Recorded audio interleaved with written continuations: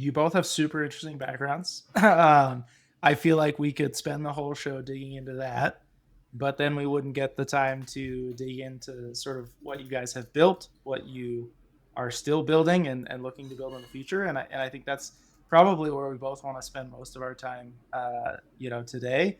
You both used the phrase social capital in talking about Underdog and what excites you about blockchain. Maybe one of you could expound on what that means as sort of a launching point for our conversation. For sure. Kevin, you want to maybe kick it off and talk a little bit about the social token beginnings and bringing it all the way to compression? Yeah. I think a little bit of context on Underdog tells a lot about like where we are today. And we started more on the consumer side of things in Web3, and I think there's a lot of challenges there. Where we started with like social tokens and NFTs for like credentialing, and I think even on that side, it's like just getting people to use any crypto app is extremely difficult. You have even the challenges on the wallet side where you have to have the wallet downloaded, you have to have crypto, you have to on ramp, off ramp, and for NFTs, where you have this potential to 10x or 100x that bag of yours, people will jump through any hoops to use the product. But for more just normal consumer apps where you're looking at like a social product or just some useful utility, people aren't necessarily willing to hop through all those hoops. And finding that killer use case in crypto, outside of just creating more crypto, I think crypto has a long way to go before it gets there. So what we saw across the ecosystem as we were talking with a lot of different products in Web3 is that people continue to reinvent the wheel over and over around how to use NFTs, how to use Web3 in the product, whether it's like wallet infrastructure using the Metaplex SDK.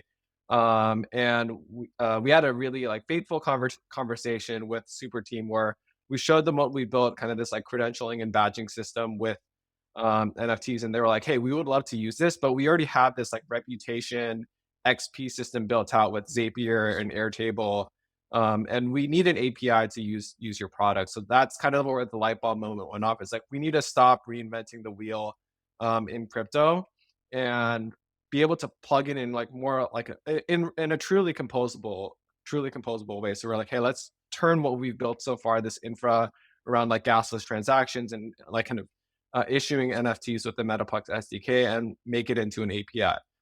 So Super Team was kind of one of our first like pilot customers on this. We just launched with them recently with their Super Team XP NFTs. And what that really allows is people to focus on their core competency, their core product, whether it's Solarplex and building these scavenger hunts. And we handle that like NFT Web3 side of like managing all your NFTs in one place, making them easily indexable and updatable so you can create a really dynamic experience as a Web3 product that's not just focused on like how do I manage all my NFTs or like issue them. These experiences can become more like Web2 or Web3 has fallen more into the background. So is your product really targeted at that like XP based system, or is it more of just a broad NFT management system so that you can manage NFTs as if it were Web 2 while still reaping all the benefits of sort of it being NFTs on the chain? Effectively, it's an API to manage your NFTs on Solana. So you can manage non-transferable NFT, transferable, and compressed NFTs as well as semi-fungible. And the Super Team NFTs are one use case that's been built out that we think is like this membership NFT use case that is great with communities, enables them to capture social capital and identify their top contributors. Another use case we're seeing is loyalty and rewards with the Saga Genesis token. So if you've minted a Saga Genesis token, that is an Underdog NFT. It's soulbound. It's tracking your activity within the DApp store as well. And what you're seeing there is a way to capture social capital or at least engagement data, and then use that to personalize and tailor experiences and rewards for users down the line.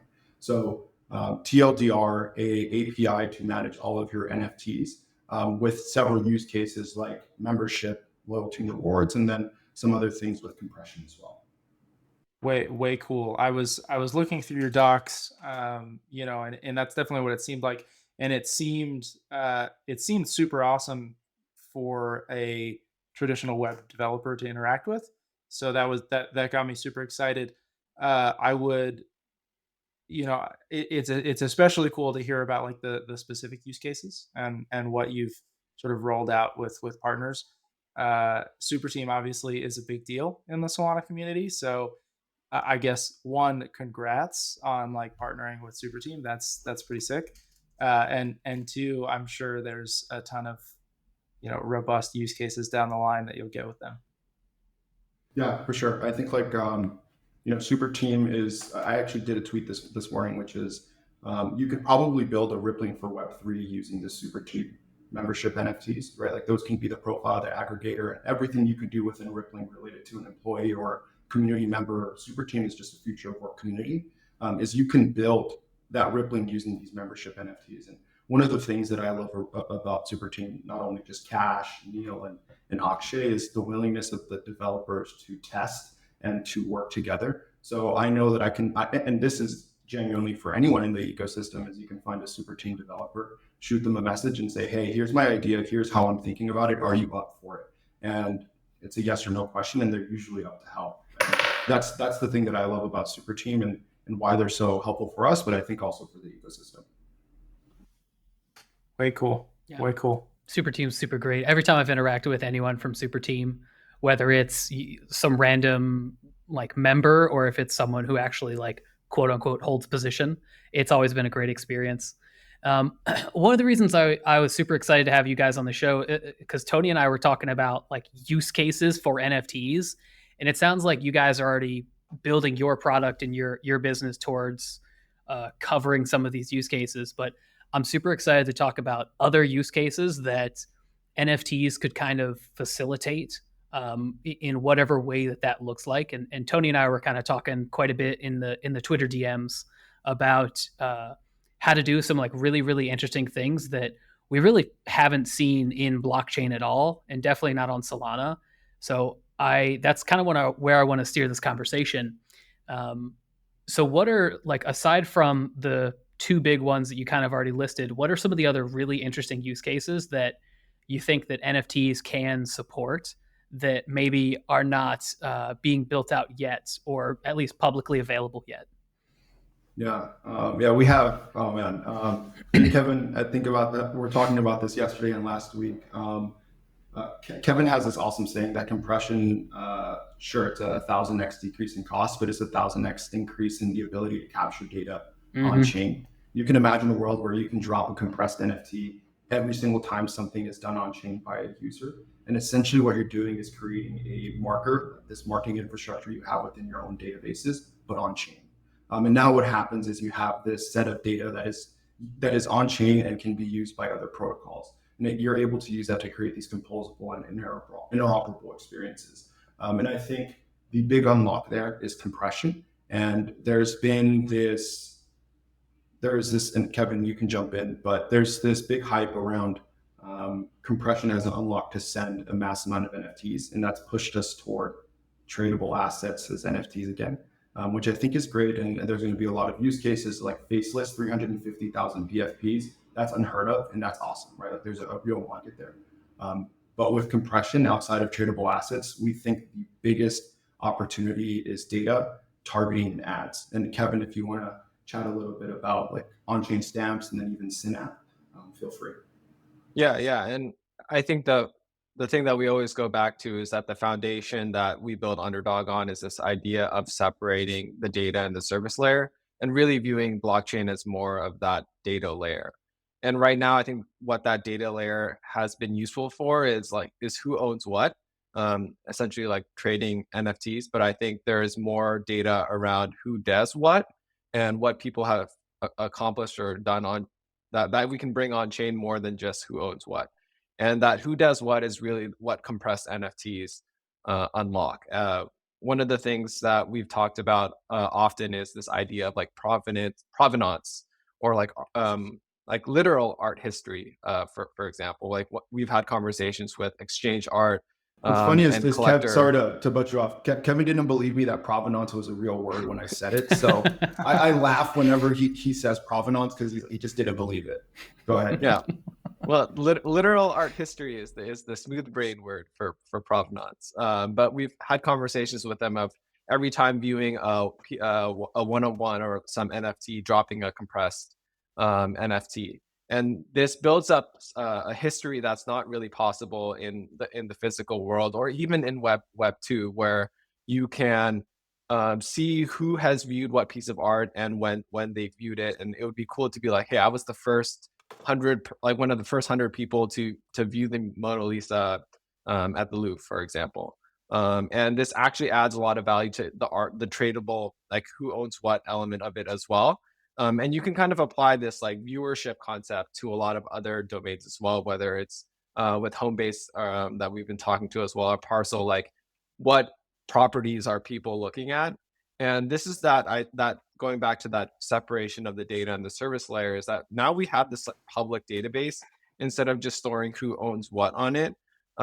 It's kind of now a Google Analytics, but it's like semi-public. And this is a little bit of a paradigm shift for a lot of partners that we work with, where they're always asking us like, why would we share all our information publicly, like who all our users are, or like what art that people have viewed. So it's kind of an open conversation about figuring out, hey, what are useful pieces of information that we want to share across the ecosystem, whether it's super team XP points or what Solarplex AMAs I participated in. But this creates a very rich data set where, like, longer term, the blockchain that's going to win is the blockchain that is the most data rich blockchain. And people don't care if you use Postgres or MongoDB or whatever. And people in the long run won't care whether you use Solana or whether you use Ethereum. But I think the longer term win is what blockchain is the most useful. And that really comes down to what data actually exists on that blockchain. And compression really 1000x is the opportunity to be that blockchain that wins because of data. Yeah, I think it's not only what data is available, but the cost to actually store that data. That's one of the biggest things. Because like if you take, especially on the aspect of compression, once you take from the business perspective of you're trying to subsidize costs for your users, whether that's because you're doing it purely for zero cost to them, or you're trying to monetize their viewership in some way with advertisement.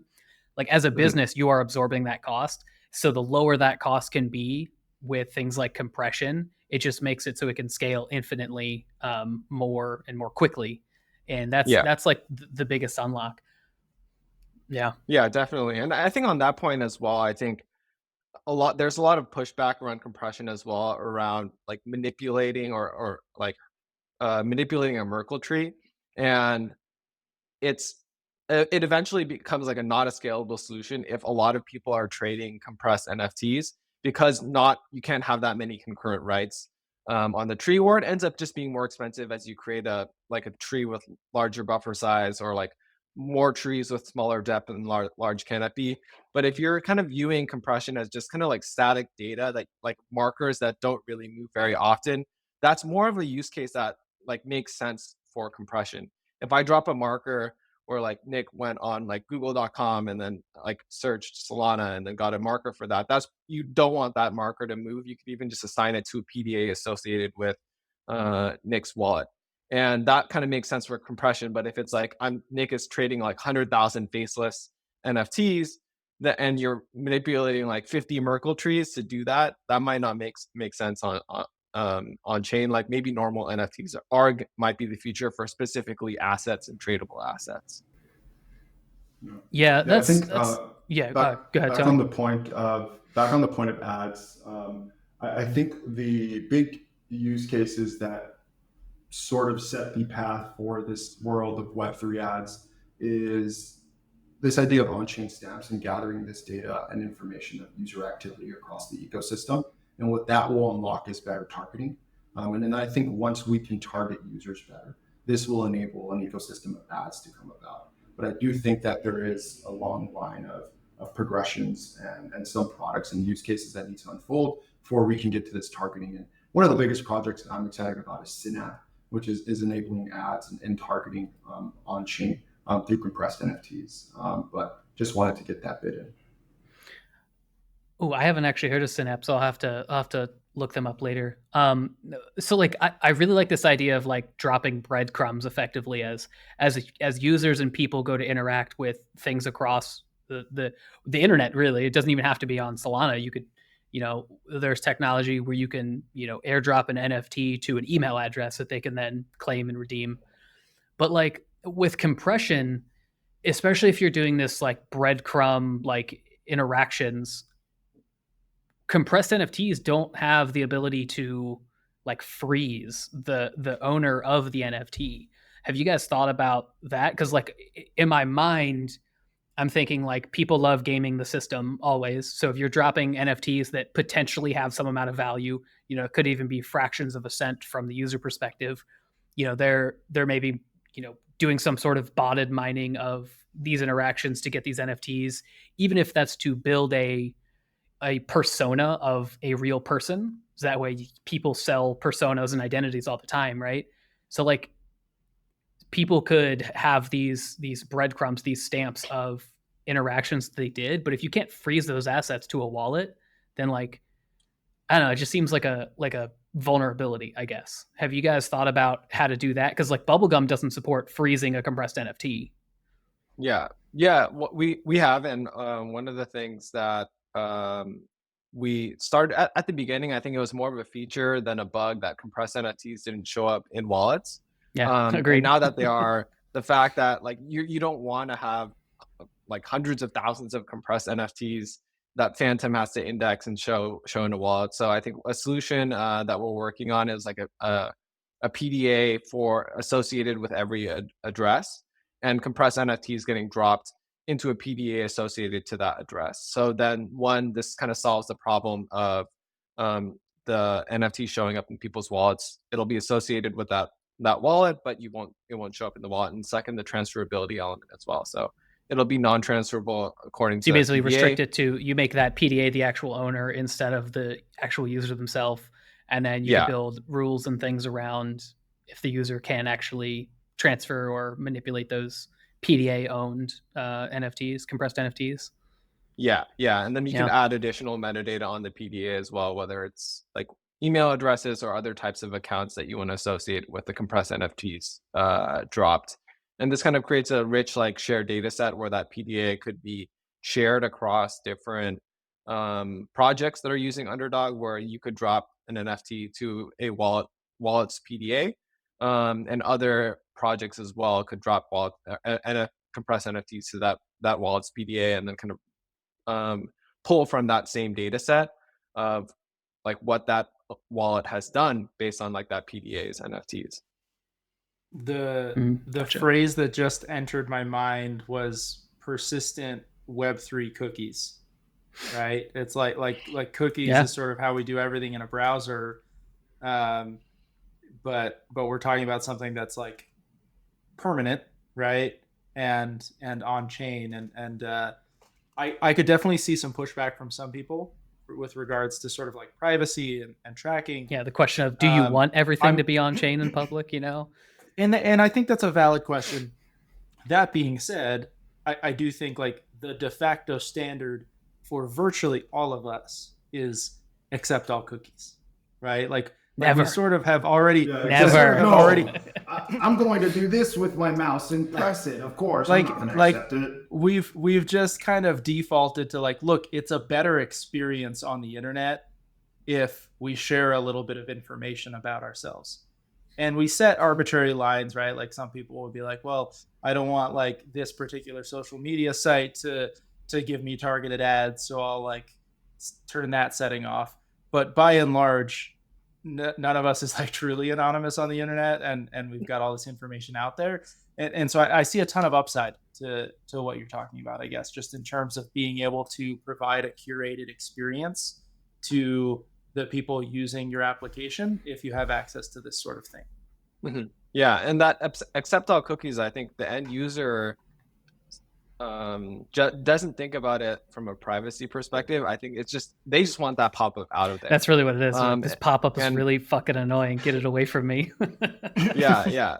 And so I think what that teaches us is that like privacy isn't like killer use case for a lot of people. They just want to use the product that's on the other side of that privacy. And like I think Neva is a good example that like privacy focused search engine never took off because privacy isn't that killer use case that makes people like switch away from Google. And I have a lot of friends that complain about Google, Facebook, like taking all my data, but I'm gonna continue to use all these products anyways because The they're the convenience. best product, right? And I think Web3, like of course, like decentralization or like is super valuable. Like that's why we're all here on this podcast. But it's not the killer use case that gets people to use Web3. Like for now, it's like creating more crypto, but in the future, it's like can we bring more data on chain that's useful, and then actually create a more interesting experience? Like one of the things that Tony and I talk about a ton is with generative AI, a lot of that relies on context. And the more data that you can bring on chain in kind of the semi-public, semi-private like data silo of Web3, this public data silo, you can generate experiences based on the context of like what you've done or what NFTs that you own. And that could be an interesting killer use case for like the data set that like Web3 or like Solana, like with compressed NFTs could be building for the future. And I think, it's the Statista has a stat like 55% of users will share their personal data for a better experience. And to add to Kevin's point, like there is definitely a rise of, and this is something that people don't know of, but it's been used in the background. It's like these large language models have been used to curate our feeds for years now. And I think if you combine the metadata, the thing that has made Facebook so valuable all these years is sure their ads, but really the metadata layer that they've created around all this context of an individual. And if you're able to create a similar metadata layer from the NFTs that are on Solana and on chain, and then in some way either combine it with a large language model or a vector database and combine these AI models with metadata, then you can imagine a world where, hey, I have this XNFT app that has all my compressed NFT stamps from all my activity at Jupiter, on Mango, on Solarplex, on Solana Cookbook, whatever the case may be. And when I open up this XNFT, I have my NFTs like in wallpapers. I have these different curated experiences from the communities that I'm a part of. I have specific like bounties curated for me. And that's something that's possible, in my opinion, because of the metadata within this NFT. And it goes back to that early point, James and Nick, it's the social capital, right? It's like now that you're able to capture all of the social capital within one aggregated view and use that in order to curate experiences for individuals.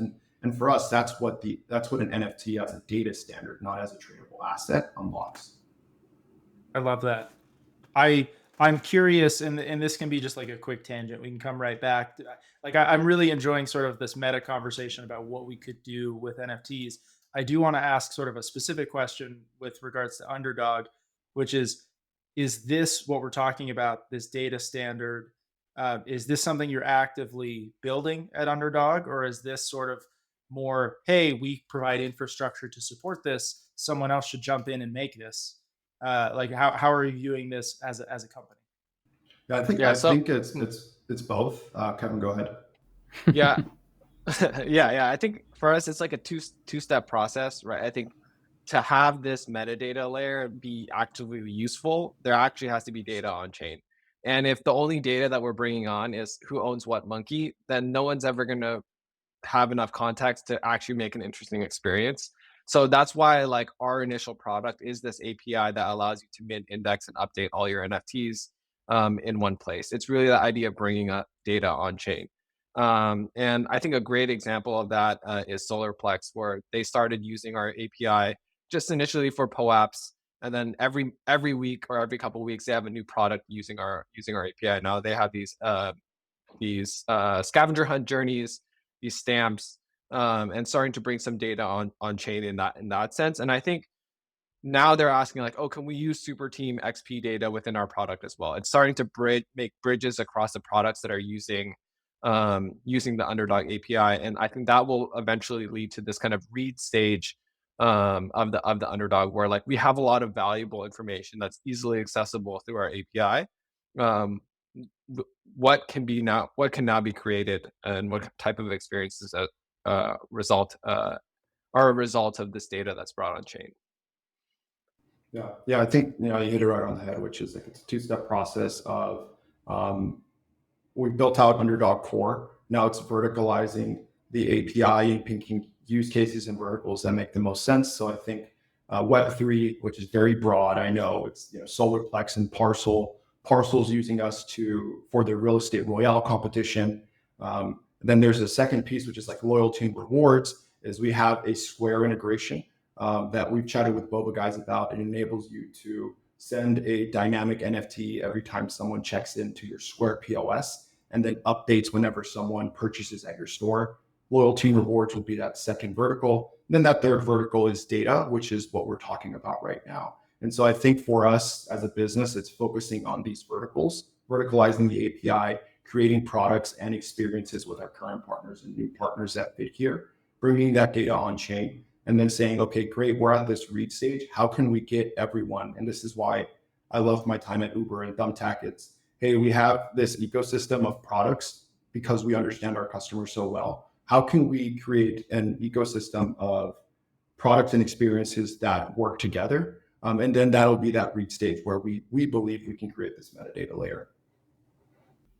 Yeah, and that's one of the beauties of public data on blockchain is like, yes, it's public, so like maybe you don't want it to be public, but when it is public, as a user, you can get more benefits from whatever that data is. Like like the classic example of Starbucks and Dunkin' Donuts doing a reward system on chain. Well, they can basically give rewards to the other person's customers because that data is public. So as the end consumer, you get additional value out of it.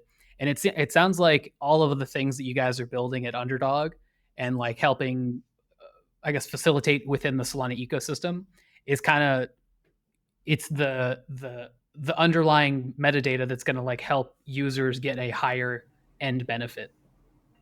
Yeah, and I love it. That's the hope. That's the hope. And I also think there's one big value out there, which is, investors will say, take it there, but investors will say like, hey, like Solana's rather small. Can you walk me through how you're thinking about going to market with Web2 businesses? And right now, a Web2 business would look in Solana and say, okay, great, I understand why I would want to use this, but where's the real value? Now, let's say everything that we create, we just said now, 2-3 years down the road is real. Hey, big business, here's the big data set. Here's a huge data set of interactions and experiences of users who fit your customer persona. Here's a really easy way to go to market.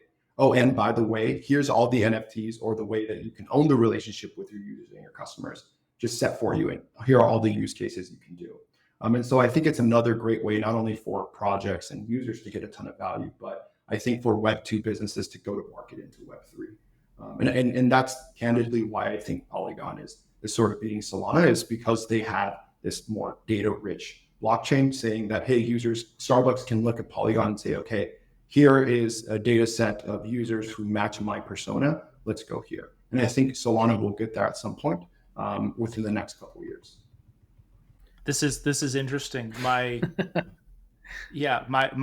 pause is that I'm like absorbing a lot of this information. I've not thought about NFTs in this way.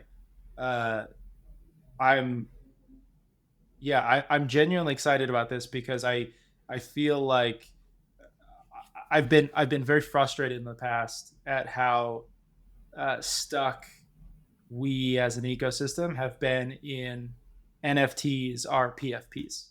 I wouldn't even say us as an ecosystem. I would say blockchain period is that NFTs are PFP. Yeah. And that's kind of what I meant. But like I'm talking the broad ecosystem of everyone in blockchain, not even just Solana, right? Mm-hmm. In fact, Solana might be doing a better job than average of providing. I would agree with that for sure. Solid NFT based use cases that aren't just PFPs. That being said, it's like I think we're still young in developing these solutions. And so I love both hearing the sort of theory of what it could be, but then love talking with people like the two of you who not only are saying, hey, here's what it could be, it's also, and here's what we've built that supports this, that facilitates this. Here are the projects that are using what we've built and providing this. Maybe we could take that one step further and come up with like a hypothetical of if I were creating a new project today.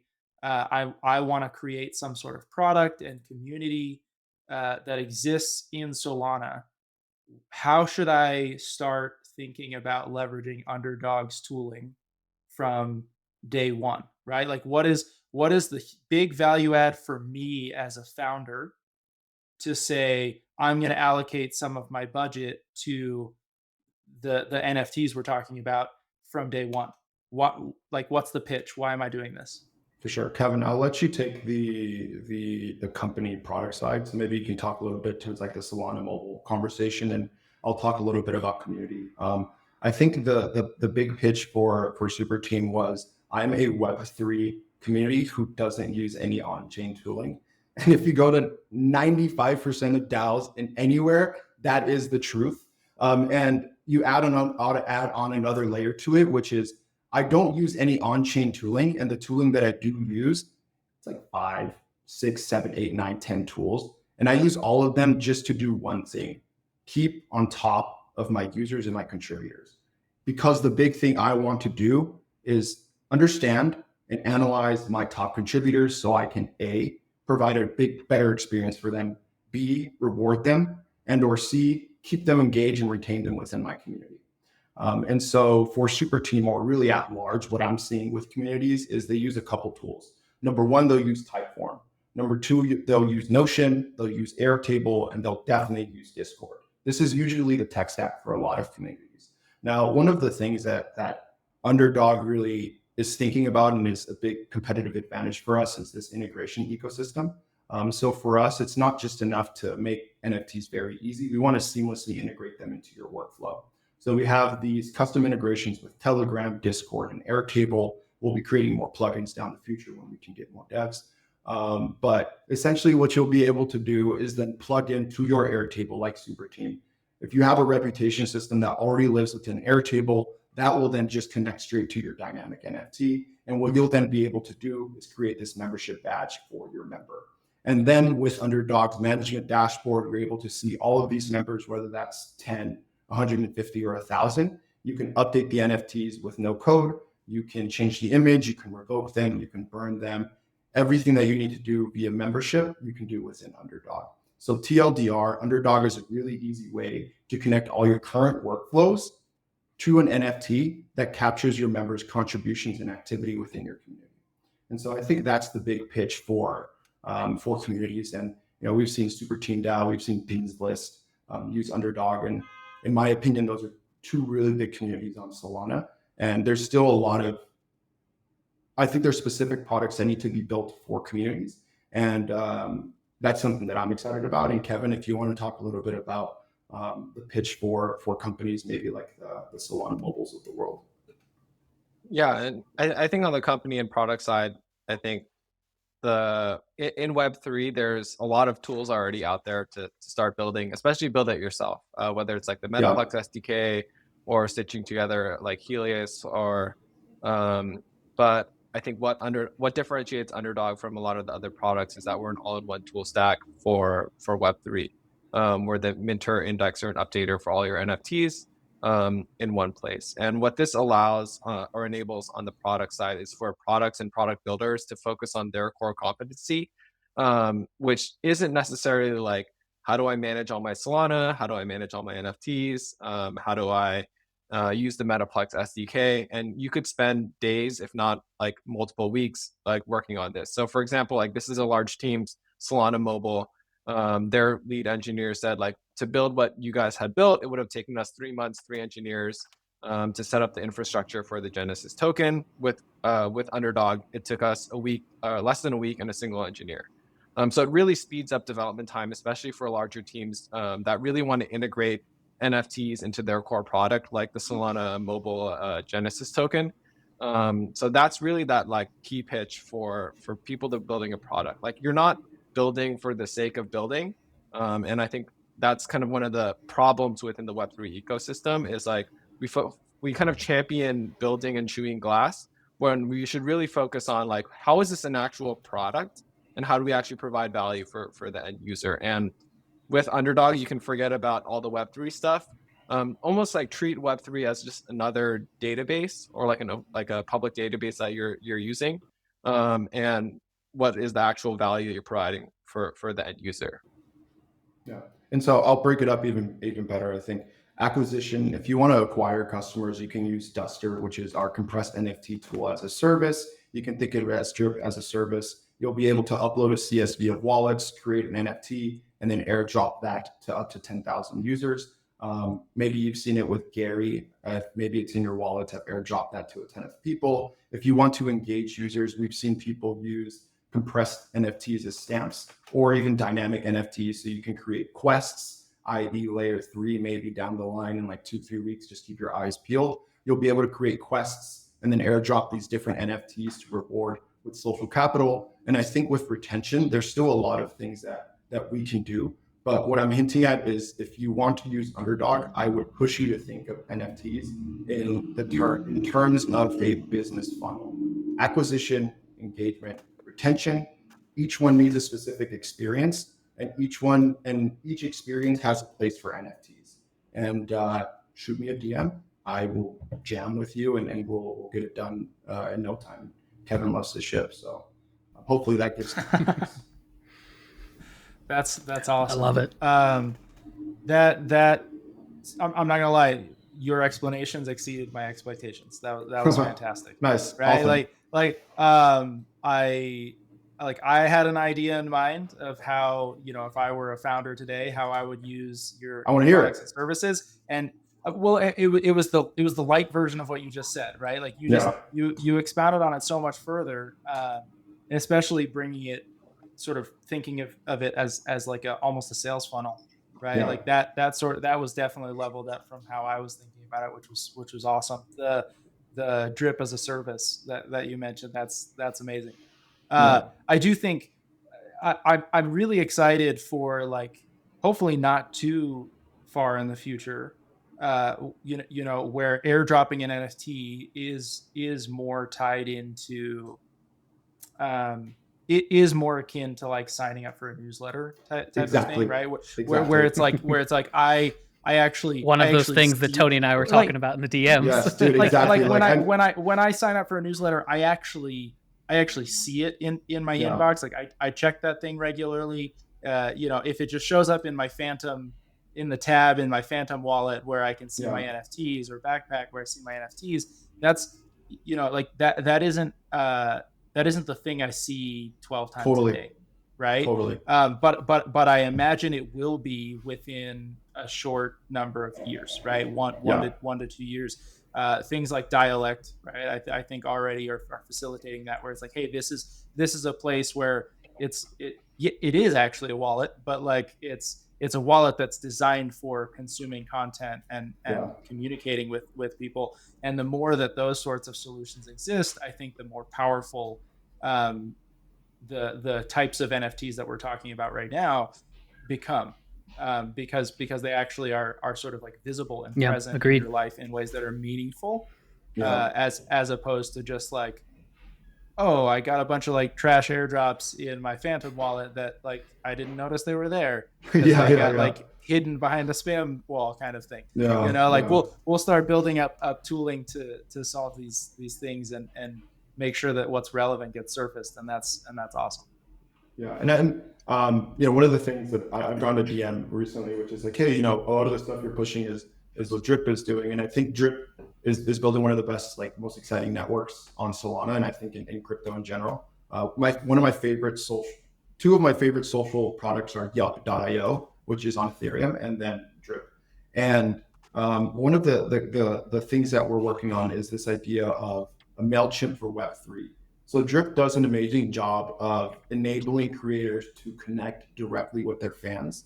And I think as they're building their network and building the social graph that is Drip, that is going to scale out amazingly. And it's going to be a social network that it's just going to drop in our laps, and we're going to be like, holy shit, why am I scrolling through videos, music, pictures, and like, this is insane. But to take that another level is, I imagine a world where, just like Substack, mediated Medium and the New York Times, is James will be able to create a newsletter and airdrop these NFTs, and maybe create small campaigns related to Solfate, and then send NFTs to people who have signed up for those specific campaigns. And this MailChimp for Web3 tool, I think is going to take that small step to enable compressed NFTs as a real distribution mechanism. And I don't think that'll take years. I think that can take a couple months, right? And the second piece there as well is I think XNFTs. Like XNFTs, back to our conversation around how Solana has been pushing the medium on NFTs more than other chains. I think XNFTs are going to be such an interesting spot to then once again do targeting and or B do data collection. So I think there's a lot of things that are coming in the next couple months versus next couple years. And in the next couple years, I think that metadata layer is what everyone should be looking forward to.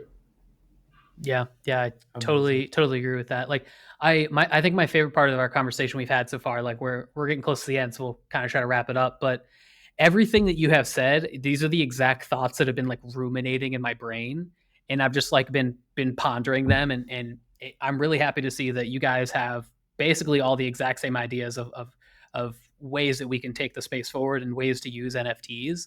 And I'm super happy that you guys are building so many different like solutions for it. I think the last thing I want to say before we close out, I'm going to ask this to each of you, is what, out of all the things that have not yet been built, what is your favorite like theoretical use case for NFTs? Whether that's an experience, a technology layer, or whatever. Like, what do you think is the one thing that is the coolest that you have not seen yet? And it could be that it could be the the MailChimp for NFT. Yeah, I think for me,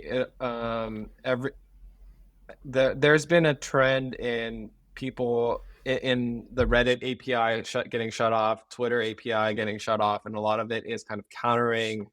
Like people say it's like, oh, like it's like we shouldn't give like third party like we don't want third party apps, but really it was like in reaction to like LLMs. So this super valuable like context and like training data is just slowly getting cut off because people don't like LLMs, or like it's like competitive in like a Web 2 sense. In Web 3, it's kind of the opposite, where like the more data that's actually on chain, the more valuable it is.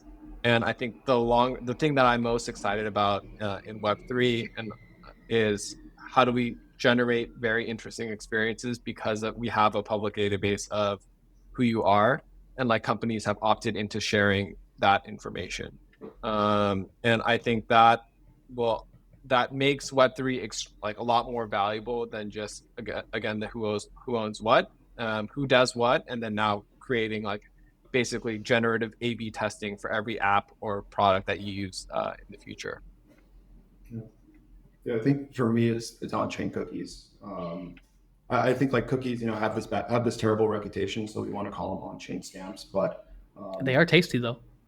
They are tasty, and it's the reality, right? It's like you opt in, you get a better user experience, and the bad user experience we get in Web 2 is because this data is in private silos with being used by people who we don't have influence over or any governance or direction over, right? And I think that's the whole premise of Web 3. So bringing this data on chain through on chain stamps is something that I'm really excited about, and that leads up to what Kevin is talking about, is using this NFT pool data, this pool of data through NFTs as a way to create generative experiences.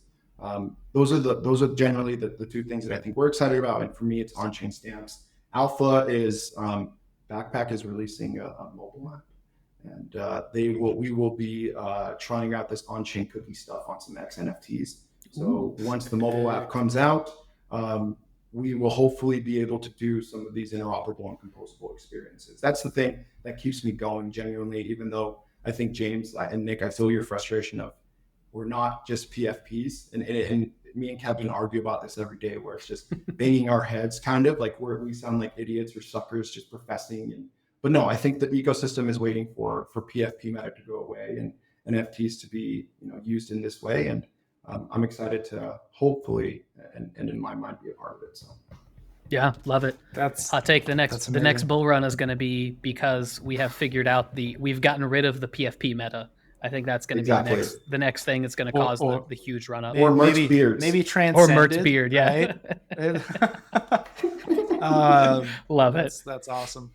Hey, well, thanks so much, guys. Yeah, this has been awesome. joining Thank us. you so course. much. This this wildly exceeded my expectations. You guys have definitely opened my mind to the possibilities Nice. of NFT use cases. I'm super excited to see it come to fruition even further. So thanks so much. Yeah. Any last minute, shill or things you want to say to listeners before we hop off? No. NFTs. You need NFTs. Use Underdog. All right. Sick.